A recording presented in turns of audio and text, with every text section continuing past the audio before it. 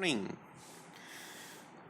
તો મિત્રો, આજે આપણે ફરીથી એક નવા ટેન્સ સાથે મળીએ છીએ. ત્યારે આજનો આપણો ટેન્સ હશે ધ પરફેક્ટ પ્રેઝન્ટ ટેન્સ, પૂર્ણ વર્તમાન કાળ, જેને આપણે આજે શીખવાનું છે. પરફેક્ટ પ્રેઝન્ટ ટેન્સ, પૂર્ણ એટલે જ આપણને થોડુંક તો એવું થયું જ હશે કે આ કાળની અંદર ક્રિયા છે કેવી થઈ ચૂકી હશે, પૂર્ણ.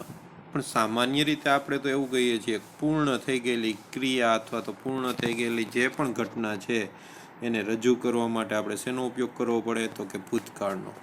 તો અહીંયા તો ક્રિયા પૂર્ણ છે, તો એ કયા કાળમાં, તો કે વર્તમાન કાળની દર્શાવવાની છે. તો પરફેક્ટ પ્રેઝન્ટ ટેન્સ વિશે આપણે જોવાનું છે મિત્રો. તો ચાલો આપણે જોઈએ હવે પરફેક્ટ પ્રેઝન્ટ ટેન્સમાં કેવી ક્રિયાઓની રજૂઆત કરવામાં આવે અથવા તો કેવી ક્રિયાઓ છે પરફેક્ટ પ્રેઝન્ટ ટેન્સની હોઈ શકે. તો એમાં કહી શકીએ આપણે કે સામાન્ય રીતે જે ક્રિયા પૂર્ણ થઈ ચૂકી છે પરંતુ તેની અસર, સમજો મિત્રો, પરંતુ તેની જે અસર છે, ઇફેક્ટ છે, એ વર્તમાનમાં જોવા મળતી હોય તો એને પૂર્ણ વર્તમાન કાળ સ્વરૂપે રજૂ કરવામાં આવે. જેમ આપણે કહીએ કે ભાઈ કારણ અને પરિણામ હોય કે ભાઈ આગ લાગી છે તો ધુમાડો હોય, અને ધુમાડો છે તો એનું કારણ શું હોઈ શકે, આગ લાગી છે. તો આગનું પરિણામ શું છે, ધુમાડો છે, અને ધુમાડા માટેનું કારણ શું છે, તો કે આગ લાગી છે. તો અહીંયા પરફેક્ટ પાસ્ટ ટેન્સ કંઈક એવું જ પરફેક્ટ પ્રેઝન્ટ ટેન્સ કંઈક આપણને એવું જ કહે છે કે ઘટના બની છે જેની ઇફેક્ટ, જેની અસર છે એ તમે વર્તમાનમાં અનુભવો છો. તો એ અસરને રજૂ કરવા માટે આપણે પરફેક્ટ પ્રેઝન્ટ ટેન્સનો ઉપયોગ કરીએ છીએ. જોઈએ એનો ઉપયોગ કે ભૂતકાળમાં બનેલી ઘટનાની અસર. સમજો, ખાસ અહીં ફરીથી જોઈએ, ભૂતકાળમાં બનેલી ઘટનાની શું છે, અસર. કયા સમય ઉપર જોવા મળે છે, વર્તમાન સમય પર હોય. ત્યારે એ ઘટના છે એને તમારે શેમાં રજૂ કરવી પડશે, પૂર્ણ વર્તમાન કાળની અંદર. ઘટના ક્યારે બની ગઈ, ભૂતકાળમાં. હવે ઉદાહરણ તરીકે કોઈ જંગલ હોય અને જંગલમાં આગ લાગવાને કારણે જંગલ બળીને ખાખ થઈ ગયું અને અત્યારે એક સપાટ ભૂભાગ બની ગયો છે. તો આપણે એમ કે ભૂતકાળમાં બનેલી ઘટનાની અસર સ્વરૂપે આજે ત્યાં શું છે, સપાટ જમીન છે, નહીંતર ત્યાં શું હતું, તો કે જંગલ હતું. તો આ ભૂતકાળમાં બનેલી ઘટનાની અસર ક્યાં જોવા મળતી હોય, વર્તમાનની અંદર મળતી હોય. ત્યારે આ ઘટનાને આપણે પૂર્ણ વર્તમાન કાળ સ્વરૂપે જોઈએ છીએ. જોઈએ આપણે એમ કહીએ કે our government and announce the new policies recently, જાહેર થઈ ચૂકી છે, એ પ્રેઝન્ટ ટાઈમની અંદર એને એપ્લાય પણ કરી દેવામાં આવી છે. તો એટલા માટે કીધું કે આપણી સરકારે તાજેતરમાં નવી નીતિઓ જાહેર કરી છે. તો જાહેર થઈ ગઈ છે, વર્તમાનમાં આપણે એને જોઈએ છીએ. જેમ કે નવી નીતિ સ્વરૂપે આપણે એક ઉદાહરણ તરીકે નવો રૂલ્સ ઉપર આપણે વાત કરીએ કે ભાઈ ગવર્મેન્ટે એમ કીધું કે ભાઈ જો હવે તમે માસ્ક નહીં પહેરો તો 1000 રૂપિયાનો ફાઇન, દંડ લગાવવો પડશે. તો એ પોલિસી જાહેર કરવામાં આવી, જે અત્યારે આપણે એની અસર સ્વરૂપે આપણે કહી શકીએ ગમતા ન ગમતા આપણે એ પહેરવું પડે છે. તો એ જાહેર થયેલી નીતિનું પરિણામ છે, એની અસર છે, જે આપણે વર્તમાનમાં જોઈએ છીએ. તો તાજેતરમાં એક નવી નીતિ જાહેર જેને આપણે અનુસરીને આપણે આજે કરીએ છીએ. I have just visited this place, મેં હમણાં જ આ સ્થળની મુલાકાત લીધી છે. તમને કોઈ પ્રપોઝલ મૂકે કે ચાલો આપણે ત્યાં જઈએ, તો તમે એમ કહો કે ભાઈ મેં હમણાં જ લીધી છે મુલાકાત. એ ઘટના બની છે એનું પરિણામ છે. તમને એમ કે ચાલો ચા પીએ, તો આપણે એમ કે મેં હમણાં જ ચા પીધી છે. તો એ ઘટના બની ગઈ છે, એનું પરિણામ છે કે એની અસર છે કે જેને લઈને તમે એ ક્રિયા કરો છો. બીજી રીતે કહીએ કે મેં મારું હોમવર્ક પૂર્ણ કરી લીધું છે. તો પૂર્ણ કરવાની ઘટના ભૂતકાળમાં થઈ ચૂકી, પણ એના અસર સ્વરૂપે તમે તમારા દ્વારા થયેલા હોમવર્કને બીજાને બતાવી શકો છો, તમે વાંચી શકો છો. તો એ એનું વર્તમાનમાં રહેલી અસર છે કે જેને આપણે અનુભવી શકીએ છીએ. બરાબર. તમે એમ કહો કે મેં આ નિબંધ પાકો કરી લીધો છે, તો પાકો કરી લીધો છે તો કોઈ પણ વ્યક્તિ તમને પૂછશે તો તમે એ નિબંધ બોલી શકો છો. એ ભૂતકાળમાં તમારા દ્વારા પાકા કરવામાં આવેલી જે ઘટના થઈ અથવા જે ક્રિયા થઈ છે એની વર્તમાનમાં અસર શું મળી, તમને વર્તમાનમાં એનું પરિણામ શું મળ્યું કે તો તમે બોલી શકો છો. તો એ ઘટના પૂર્ણ વર્તમાનકાળ સ્વરૂપે રજૂ થાય. બીજું કીધું નજીકના ભૂતકાળમાં પૂર્ણ થયેલી ક્રિયા પૂર્ણ વર્તમાનકાળમાં દર્શાવાય છે. નજીકના ભૂતકાળમાં એટલે રિસેન્ટમાં જ બની હોય, તાજેતરમાં જ બની હોય. બરાબર.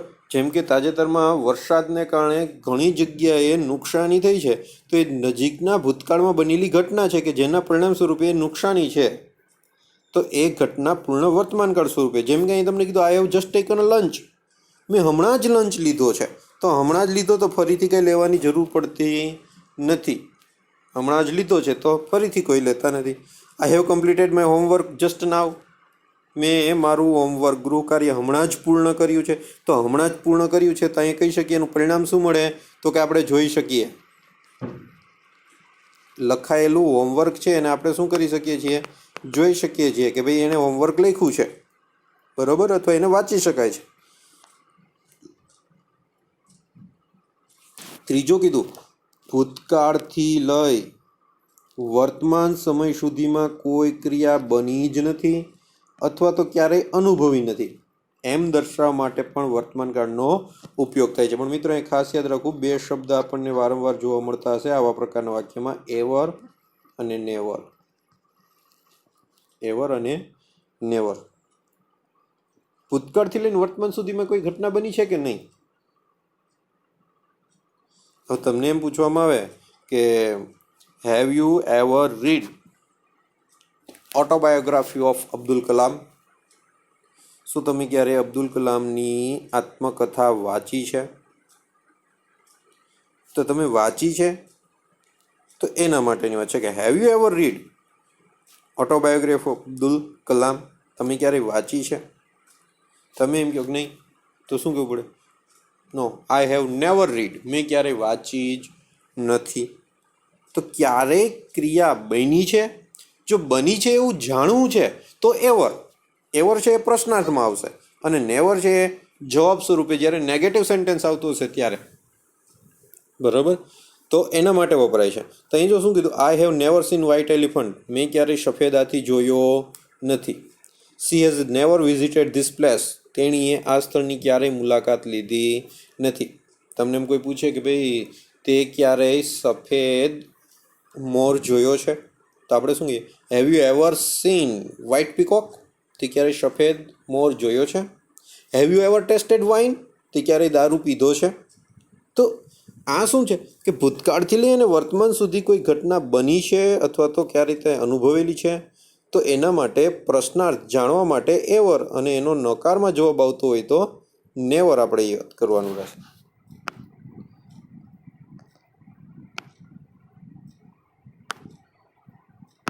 ત્યાર પછીની વાત કરીએ, ઉપયોગ નંબર 4 છે કે જ્યારે કોઈ ક્રિયા કારણના પરિણામ સ્વરૂપે, મિત્રો ખાસ યાદ રાખજો, જ્યારે કોઈ ક્રિયા કારણના પરિણામ સ્વરૂપે, શેના સ્વરૂપે બનતું હોય, કારણના પરિણામ સ્વરૂપે બનતી હોય ત્યારે વર્તમાન સમયમાં થતી હોય, પરિણામ સ્વરૂપે વર્તમાન સમયમાં થતી હોય ત્યારે કારણરૂપી ક્રિયાને પૂર્ણ વર્તમાન કાળમાં દર્શાવાય છે.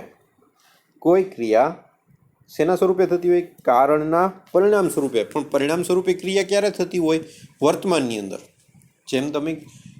જેમ કહો છો કે ભાઈ ધુમાડો નીકળે છે તો ધુમાડો છે એ વર્તમાનમાં તમને જોવા મળે છે તો એનું કારણ શું થયું, ભૂતકાળમાં શું બન્યું હતું તો કે આગ લાગી છે, એના પરિણામ સ્વરૂપે તમે અત્યારે શું જોઈ શકો છો, ધુમાડો. બરાબર. તો એ કારણના પરિણામ સ્વરૂપે હોય ત્યારે, હવે તમે અત્યારે 12મું ભણો છો તો 12મું ભણો છો એના માટેનું કારણરૂપે ભૂતકાળમાં કઈ ઘટના બની તો કે તમે 12મું ભણો છો તો એનું કારણરૂપી ઘટના એવી બની કે તમે 11મું પાસ કર્યું અથવા તો 10મું પાસ કર્યું છે એટલા માટે તમે 12મામાં આવ્યા છો.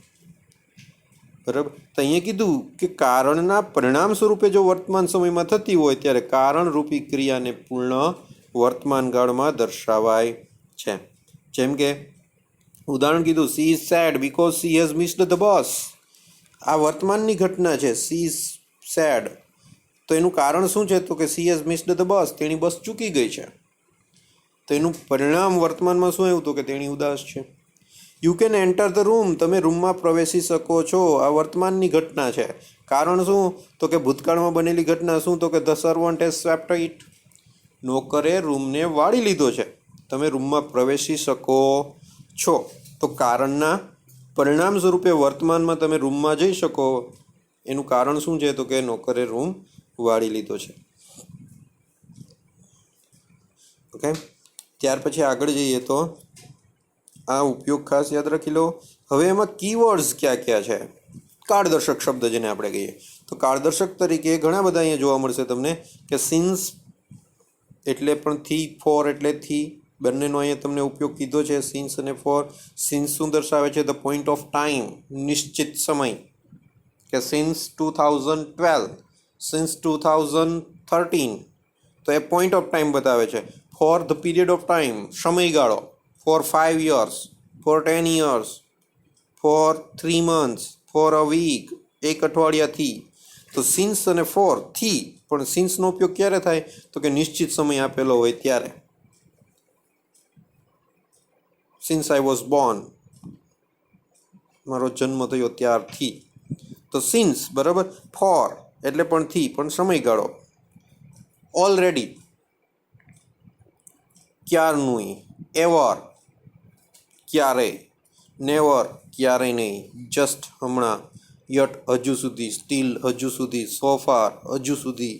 કમ્પ્લીટલી, સંપૂર્ણ રીતે. રિસેન્ટલી, તાજેતરમાં. ટોટલી, સંપૂર્ણ રીતે. ધીસ વીક, આ અઠવાડિયે. This month, today. Till, until. For the first time. Just now. How long.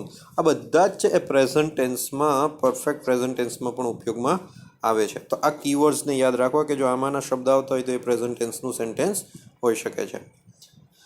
હવે જોઈએ એનું કન્સ્ટ્રક્શન કેવા પ્રકારનું છે.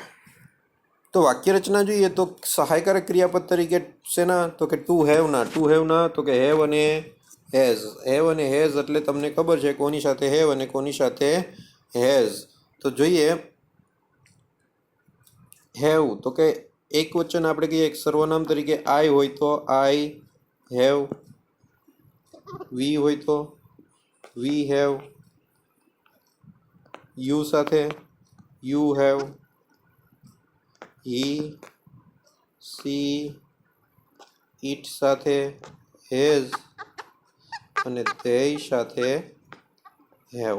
મિત્રો આ વસ્તુ યાદ રાખવી કે સર્વનામ તરીકે જો કર્તા તરીકે આઈ હોય તો હેવ આવશે, વી હોય તો હેવ આવશે, યુ હોય તો હેવ આવશે, યુ તો હેવ, હી સીટ હોય તો જ હેઝ, દે હોય તો પણ હેવ. એટલે કે બધાની સાથે હેવ આવશે સિવાય હી, સી, ઇટ. તો જોઈએ હેવ અને હેઝ મુકાય છે. આઈ, વી, યુ અને ધેય સાથે શું મુકાશે? હેવ. અને હી સીટ સાથે શું મુકાશે? હેઝ મુકાશે. અને મુખ્ય ક્રિયાપદ છે એ participle, perfect participle, sorry past participle આવશે. કયું આવશે? પાસ્ટ પાર્ટિસિપલ મુકાશે. એટલે કે ક્રિયાપદનું ભૂતકૃદંત. હકાર વાક્ય તો કે હકાર વાક્ય બહુ સરળ છે. કર્તા સબ્જેક્ટ પ્લસ હેવેઝ પ્લસ V3. હેવેઝ આવ્યું એટલે ક્રિયાપદનું ભૂતકૃદંત પ્લસ કર્મ પ્લસ અન્ય શબ્દ. જેમ કે મેં મારું લેસન કરી લીધું છે તો કે I have done my homework. મેં મારું લેસન કરી લીધું છે. આઈ કરતા હે જ. આઈ સર્વનામ તરીકે, કર્તા તરીકે આઈ આવ્યો એટલે એની સાથે સહાયકારક ક્રિયાપદ શું મુકાઈ ગયું? હેવ. હેવ આવ્યું એટલે ક્રિયાપદનું V3. માય હોમવર્ક એ શું છે? કર્મ છે. મેં ક્યારનોય મારો નાસ્તો લઈ લીધો છે. તો મેં એટલે આઈ, ક્યારનો એટલે ઓલરેડી, મારો નાસ્તો માય બ્રેકફાસ્ટ લઈ લીધો એટલે ટેકન.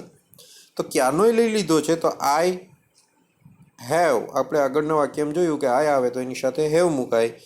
ઓલરેડી, ક્યારનોય આપણે કીવર્ડ્સની અંદર જોયું, ઇન્ડિકેટરની અંદર જોયું કે ભાઈ ઓલરેડી છે પૂર્ણ વર્તમાન કાળ દર્શાવતો હોય. Taken my breakfast.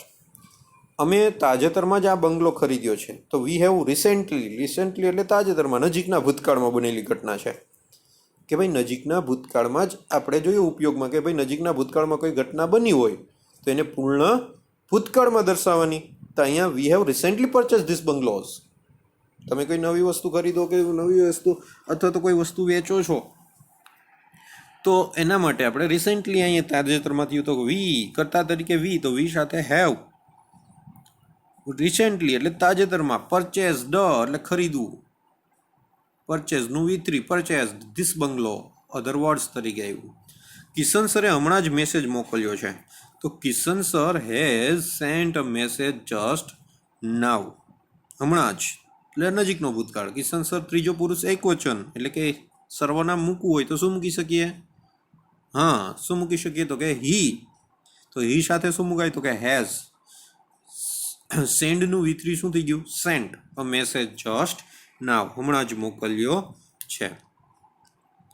ત્યાર પછી નેગેટિવ સેન્ટેન્સ બનાવવું છે. તો નેગેટિવ સેન્ટેન્સ એટલે કે નકાર વાક્ય બનાવવું છે. તો સેમ એ જ મેથડ.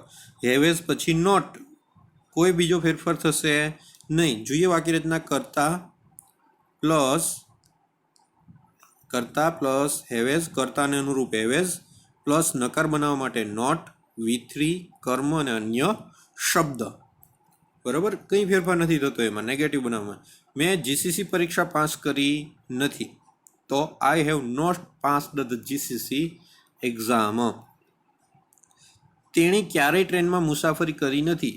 He has never. આપણે જોયું હતું ભૂતકાળથી લઈને વર્તમાન સુધીની કોઈ ઘટના બની છે અથવા બની જ નથી અથવા અનુભવેલી જ નથી, તો એના માટે.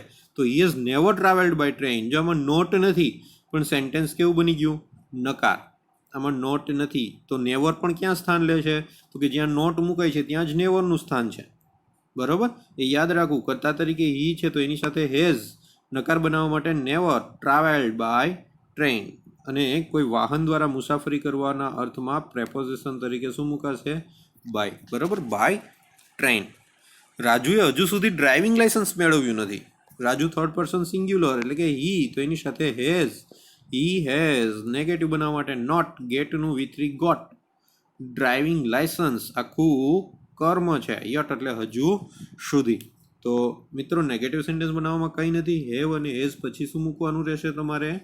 નોટ મૂકી દેશો એટલે સેન્ટેન્સ કેવું બનશે? નકાર બનશે. ત્યાર પછી એ જ રીતે ને એવી જ રીતે વાક્ય બનાવવા માટેની આગળની વાત કરીએ તો ઇન્ટ્રોગેટિવ સેન્ટેન્સ એટલે કે પ્રશ્નાર્થ વાક્ય. તો પ્રશ્નાર્થ વાક્ય સામાન્ય રીતે ઇન્ટ્રોગેટિવ સેન્ટેન્સ છે તો વાક્યની શરૂઆત ટુ બીના રૂપથી એટલે કે હેવ અને હેઝથી થતી હોય છે અને વાક્યને અંતે શું મુકાતું હોય છે? પ્રશ્નાર્થ ચિહ્ન. તો જો વાક્યનું ટુ બીનું રૂપ હેવ હેઝ અને વાક્યના અંતે શું મુકાઈ જશે? પ્રશ્નાર્થ ચિહ્ન મુકાશે. તો જોઈએ તો એની અંદર કે વાક્યની શરૂઆતમાં ટુ બીનું રૂપ હેવેઝ. હવે હેવેઝ છે કોને અનુરૂપ મુકાશે? કર્તાને અનુરૂપ. કર્તાને અનુરૂપ શું મુકાઈ જશે? Have has. જે આપણે અહીંયા જોયું કે કોની સાથે હેવ? તો કે આઈ સાથે, વી સાથે, યુ સાથે અને ધેય સાથે હેવ મુકાશે અને હી સી ઇટ સાથે શું મુકાઈ જશે? ખાલી હેઝ મુકાશે. તો કર્તાને અનુરૂપ હેવેઝ વાક્યની શરૂઆતમાં પ્લસ V3 કર્મ અન્ય શબ્દ અને વાક્યને અંતે પ્રશ્નાર્થ ચિહ્ન મુકાઈ જશે. તો આ એની વાક્ય રચના થઈ ખાલી એક. જોઈએ કે સેન્ટેન્સ કઈ રીતે બને. તો કે એક વાક્ય આપણે અહીં જોયું ઉદાહરણ તરીકે કે શું તમે તમારો અભ્યાસ પૂરો કરી લીધો છે? શું તમે તમારો અભ્યાસ પૂર્ણ કરી લીધો છે? તો એના માટે અહીં કીધું કે હેવ યુ. તો અહીંયા હેવ કોને અનુરૂપ મુકાય છે? તો કે યુને અનુરૂપ શું મુકાઈ જશે? Have. Completed V3 your study. તમે તમારો અભ્યાસ પૂર્ણ કરી લીધો છે અથવા પૂરો કરી લીધો. શું તેણે ક્યારે ભૂત જોયું છે? તો તેણે એના માટે મૂક્યું હી. એને અનુરૂપ શું મૂકાઈ ગયું? Has. Has he ever seen the ghost? Ghost એટલે ભૂત. સીનું ભૂતકાળ સીન. શું તેણે ક્યારેય જોયું છે? શું તમે ક્યારેય જુનાગઢની મુલાકાત લીધી છે? તો have you ever visited Junagadh? તો એ પ્રકારે ક્યારેય ભૂતકાળથી લઈને વર્તમાન સુધીની વાત થઈ એટલે એવર મુકાયેલું છે ત્યાં. ત્યાર પછી શું તમે ક્યારે અમિતાભ બચ્ચનને મળ્યા છો? તો અહીંયા યુ માટે શું મુકાઈ ગયું? હેવ. એવર પ્રશ્નાર્થ ભૂતકાળથી લઈને મીટનું ભૂતકાળ મેટ. અમિતાભ બચ્ચન શું તમે ક્યારે મળ્યા છો? તો ભૂતકાળથી લઈને વર્તમાન સુધી કોઈ ઘટના બની છે કે નથી બની એ પ્રશ્ન જાણવા માટે થતો હોય છે. તો વાક્ય રચના પ્રમાણે બહુ સરળ છે. વાક્યની શરૂઆતમાં હેવેઝ. હેવેઝ કોને અનુરૂપ મુકાશે? કર્તાને અનુરૂપ. પ્લસ પૂર્ણ વર્તમાનકાળ છે એટલે V3 હેવ સાથે એ પણ આને અનુરૂપ જ જોવા મળશે, પ્લસ કર્મ, અન્ય શબ્દ અને ક્વેશ્ચન માર્ક. તો આ થયું એનું પ્રશ્ન વાક્યની. હવે પ્રશ્ન વાક્ય ખરા પણ કેવા? WH થી શરૂ થતા, ઇન્ટ્રોગેટિવ સેન્ટેન્સ વિથ WH.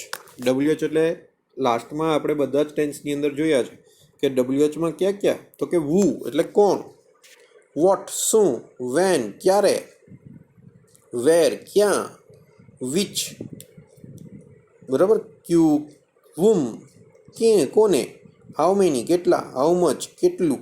આ બધા છે એ WH તરીકે ઉપયોગ થતા પ્રશ્નાર્થક શબ્દો છે. જોઈએ એમાં વુ, તો કે વુ વડે જ્યારે પ્રશ્ન વાક્યની શરૂઆત થાય ત્યારે સામાન્ય રીતે તો હેઝ જ મુકાતું હોય છે જ્યારે કોઈ આપણે કરતા જાણતા હોતા નથી, બરાબર. તો અહીંયા એના તરીકે પણ ક્યારેક કર્મ તરીકે જો કોઈ શબ્દ કે પ્રશ્ન કે વાત હોય ત્યારે વુ હેવ અથવા તો વુ હેઝ પ્લસ V3 કર્મ, અન્ય શબ્દ ક્વેશ્ચન માર્ક કરતા આપેલો હોતો નથી. તો who has got more marks in English, ઇંગ્લિશમાં વધુ માર્ક્સ કોણે મેળવ્યા છે?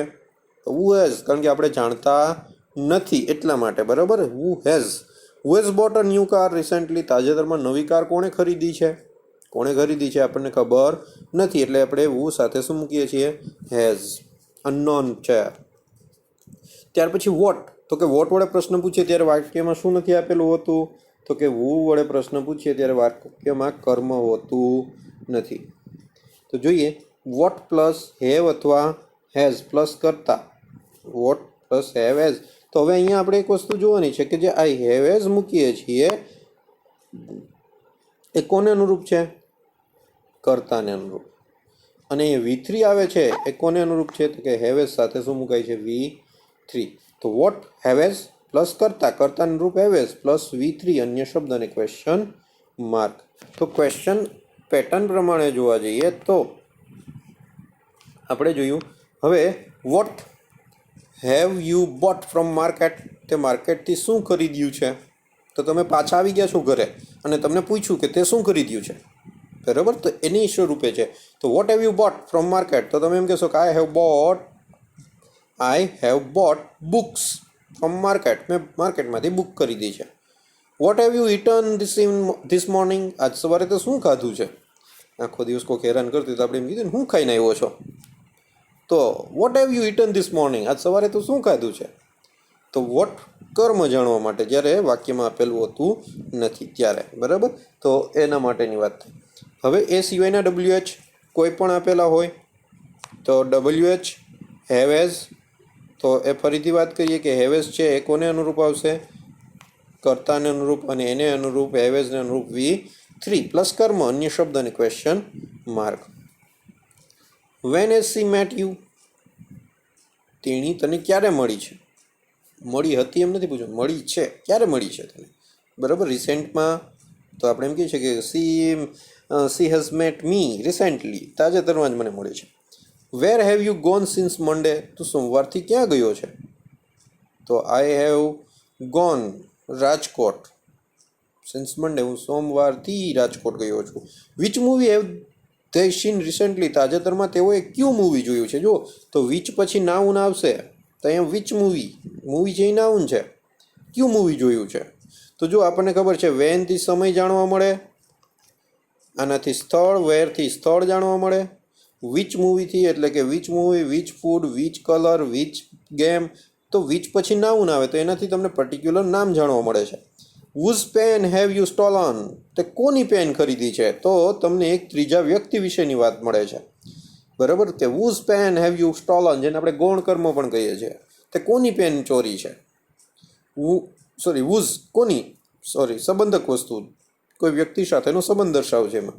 Whom have you met today, તું આજે કોને મળ્યો છે? જેનાથી તમને ગૌણ કર્મ મળશે કે ભાઈ I have mat my uncle, I have mat my uncle today, હું આજે મારા કાકાને મળ્યો છું. How many matches has Sachin played, Sachin કેટલા મેચ રમ્યા છે? તો જો અહીંયા હાઉ મેની પછી પણ નાઉન આવ્યું છે જેમાં સંખ્યા જાણવા માટે, અને હાઉ મેની સામાન્ય રીતે કોની સાથે? તો કે ગણી શકાય તેવા નામ સાથે વપરાતું હોય છે. અને લાસ્ટ સેન્ટેન્સ છે હાઉ લોંગ હેઝ સી બીન ઇલ તેણી કેટલા લાંબા સમયથી હાઉ લોંગ લાંબો સમય માટે કીધું હેઝ સી બીન ઇલ કેટલા લાંબા સમયથી અથવા કેટલા સમયથી તેણી બીમાર છે. તો અહીંયા આવા પ્રકારે પૂર્ણ વર્તમાનકાળની અંદર આવા પ્રકારના સેન્ટેન્સ પેટર્ન આવતી હોય છે અને જેના દ્વારા તમે વાક્યમાં એનો ઉપયોગ કરતા હોઈએ છે. તો આઈ હોપ કે યુ કેન અન્ડરસ્ટેન્ડ, તમે સમજી શકતા હશો અને આની એક્સરસાઇઝ કરશો અને જ્યાં તમને એવું લાગતું હોય તો એની વધુને વધુ એક્સરસાઇઝ કરી અને શીખતા રહો. Thank you.